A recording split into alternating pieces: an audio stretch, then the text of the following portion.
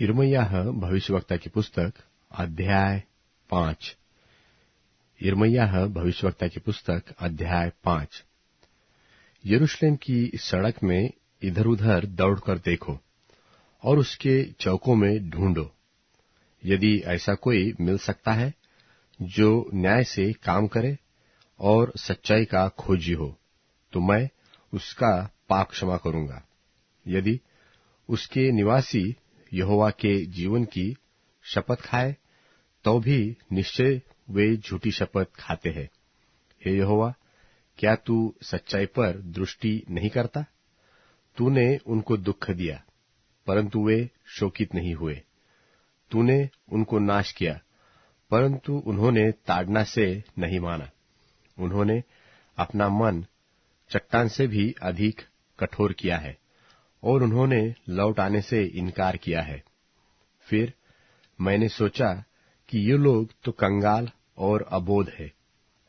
वे परमेश्वर का मार्ग और अपने परमेश्वर का नियम नहीं जानते।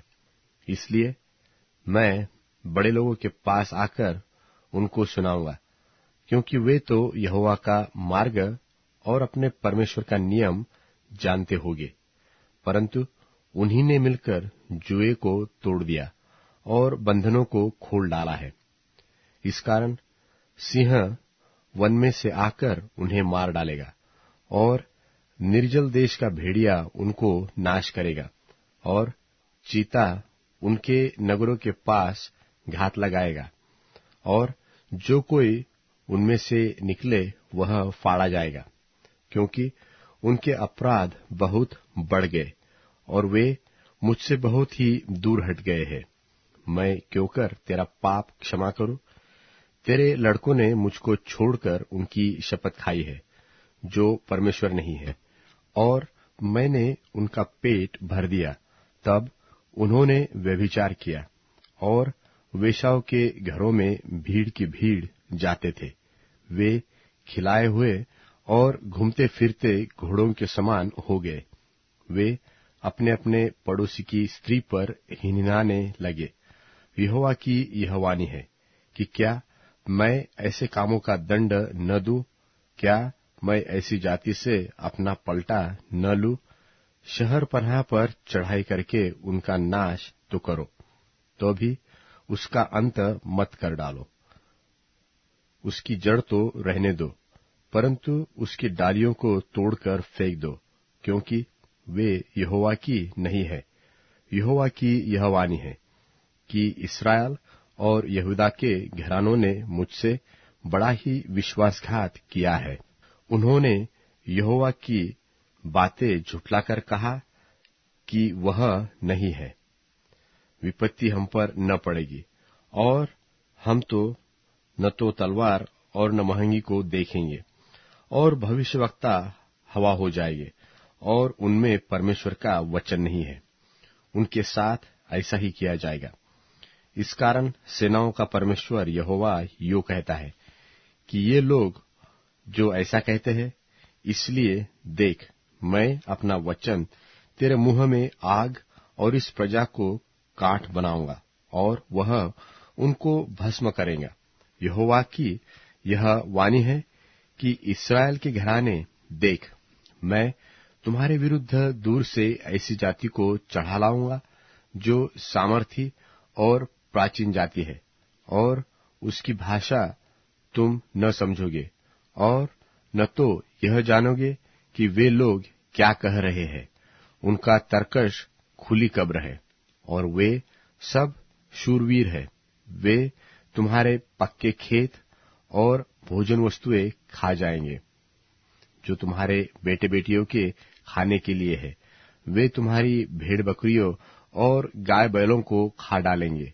वे तुम्हारी दाखों और अंजीरों को खा जाएंगे, और जिन गढ़वाले नगरों पर तुम भरोसा रखते हो, उन्हें वे तलवार के बल से गिरा देंगे। तो भी यहोवा की यह वाणी है कि उन दिनों में भी मैं तुम्हारा अंत न कर डालूंगा। सो जब तुम पूछोगे कि हमारे परमेश्वर यहोवा ने हमसे ये सब काम किस लिए किए हैं, तब तू उनसे कहना कि जिस प्रकार से तुमने मुझको त्याग कर दूसरे देवताओं की सेवा अपने देश में की है, उसी प्रकार से तुमको पराये देश में परदेशियों की सेवा करनी पड़ेगी। याकूब के घराने में यह प्रचार करो और यहूदा में यह सुनाओ, हे मूर्ख और निर्बुद्ध लोगों, तुम जो आंखें रहते हुए नहीं देखते और कान रहते हुए नहीं सुनते, यह सुनो।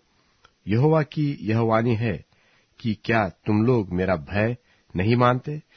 मैंने तो बालू को समुद्र का सिवाना ठहराकर युग युग का ऐसा विधान किया कि वह उसको न लांघ सके, और जब जब उनकी लहरें उठे तब तब वे प्रबल न हो सके, और जब जब गरजे तब तब वे उसको न बांधे।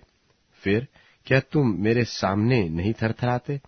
इस पर प्रजा का हठीला और बलवा करने वाला मन है। इन्होंने बलवा किया और दूर हो गए हैं। फिर वे मन में इतना ही नहीं सोचते कि हमारा परमेश्वर यहोवा तो बरसात के आरंभ और अंत दोनों समयों का जल समय पर बरसाता है और कटनी के नियत सप्ताहों को हमारे लिए रखता है, सो हम उसका भय माने।